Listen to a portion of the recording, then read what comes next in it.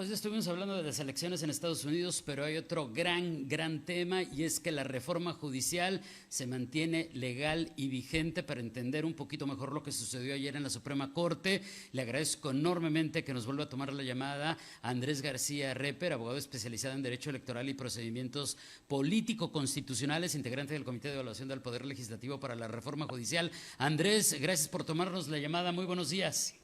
Muy buenos días, está largo el nombre, ¿verdad? A tus órdenes. Oye, fue interesante lo que sucedió ayer en la Suprema Corte. ¿Cómo explicarlo en términos coloquiales? También en medio de la controversia de la figura de Pérez Dayán, que pues rompió este bloque de los famosos del famoso número de los ocho ministros. Pues mira, en términos muy coloquiales, para que todos lo podamos entender, había una reforma con la que no estaban de acuerdo algunas personas, entre ellos la mayoría de los ministros. Dato número 1. Dato número 2. Esa nueva reforma cambiaba el número de ministros de la Corte de 11 a 9. Y ante esos 9, la nueva forma de invalidar leyes era con votos 6, porque ahorita son 11 y los votos para invalidar una reforma son 8. Entonces ayer mañosamente la presidenta de la Corte lo que dijo es, bueno, pues si esta es la reforma, pues vamos a aplicar los 6 votos. Y lo que el ministro dijo, es un ministro con el que yo nunca he estado de acuerdo, pero ayer lo único que hizo fue pues ser congruente con que, espérame, eso es cuando sean 9 ministros, no cuando seamos 11. Si somos 11 deben ser 8 votos. Y entonces se llevó a la votación y otros también estuvieron de acuerdo con que sí debían ser 8 votos. Por eso ya no alcanzó el número de votos para invalidarla. Eso fue lo que sucedió. Y las consecuencias son que la reforma en materia de elecciones en el Poder Judicial vale, ya es derecho vigente, digamos, ya forma parte de nuestro margen constitucional. Y si me apuras, nunca debieron ni siquiera admitir el tema de estudio, porque ya hemos discutido mucho que las reformas a la Constitución no son impugnables por ser producto del constituyente permanente, de la autoridad que la propia Constitución establece para que la pueda reformar. Entonces, eso fue lo que sucedió. Oye, me hiciste recordar un poquito esto de que sucedió con la ley Bonilla, porque era cuando aprendimos muchos lo de los famosos ocho ministros, y qué bueno que ya nos explicaste cómo la quisieron jugar ayer, pero que finalmente se mantiene legal y vigente la reforma judicial. Ahora, en este sentido también, ¿por qué hay esta disyuntiva respecto a esto que mencionabas al último, de que no debería de haberse ni siquiera admitido a discusión? A discusión. Bueno, te lo explico brevemente. Quien es la autoridad para cambiar la Constitución solamente es el constituyente permanente. ¿Y esto qué es? ¿No? ¿Qué no es el Congreso? No.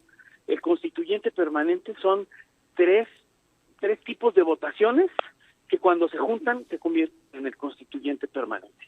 Y esa votación es las 2/3 partes de la Cámara de Diputados, más las 2/3 partes de la Cámara de Senadores, más al menos la mitad más 1 de todos los congresos estatales. Esto quiere decir que hay un consenso muy mayoritario a nivel nacional por parte de todos los legisladores queriendo cambiar la Constitución.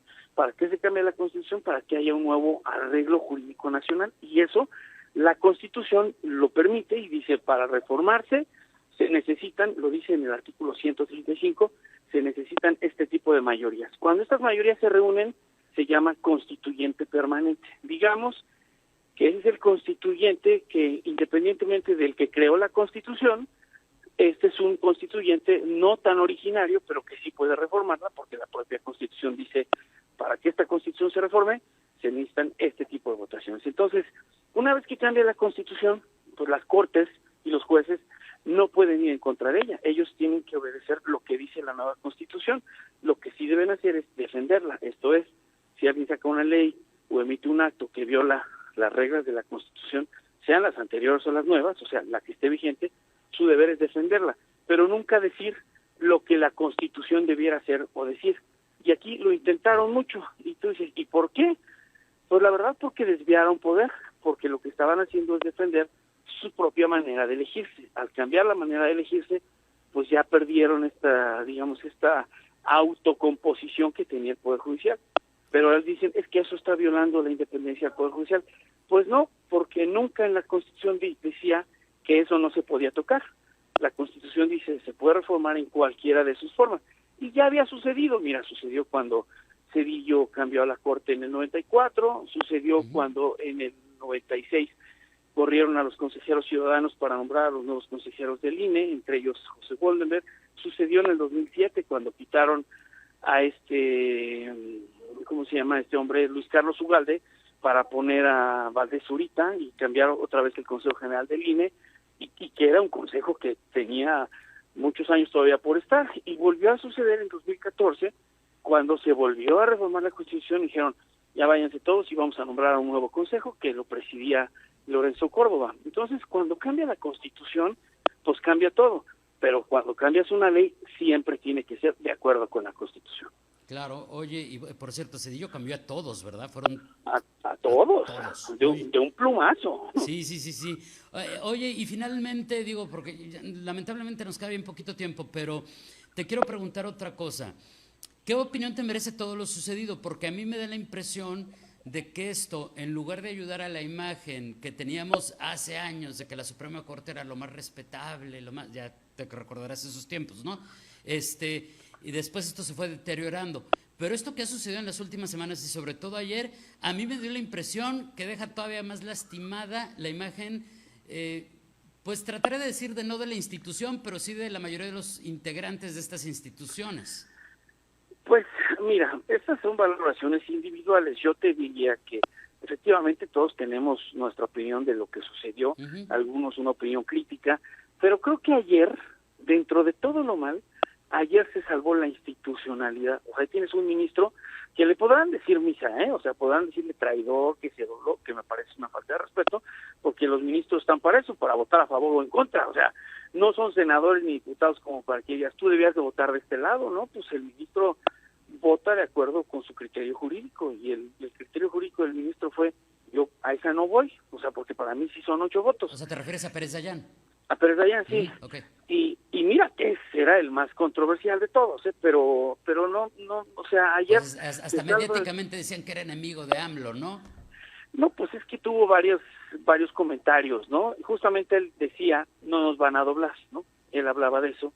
Y también tuvo un roce ahí con Saldívar, un momento... Ah, sí, cómo no. Sí, él fue el que le dijo, pues salte y afuera nos arreglamos, ¿no? Imagínate.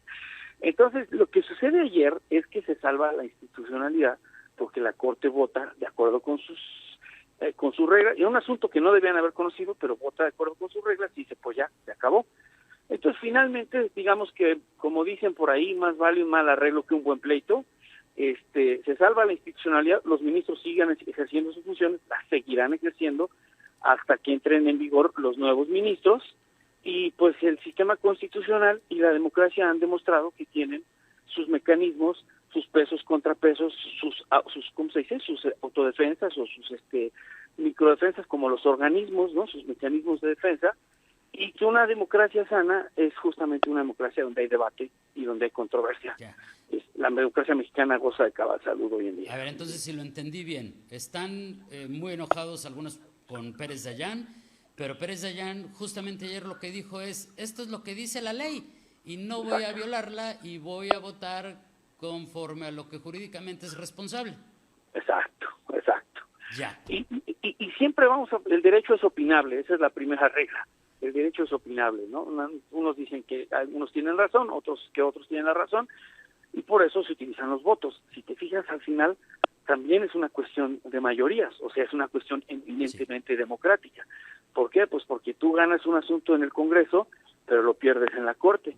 Y si lo pierdes en la Corte, lo puedes ganar en las urnas, que fue lo que sucedió, ¿no? Ahí te acuerdas del Plan B, se ganó en el Congreso, pero la mayoría de la Corte lo tumbó, y luego la mayoría de los ciudadanos hacen una reforma para renovar el Poder Judicial. Es pura y absoluta democracia.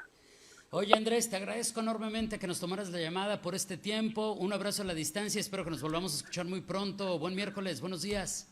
Gracias, a tus órdenes, ahí estamos. Gracias, es Andrés García Reper, pues haciendo este análisis de lo sucedido ayer en la Suprema Corte, que finalmente con lo sucedido, pues hace que la reforma judicial se mantenga legal y vigente en nuestro país.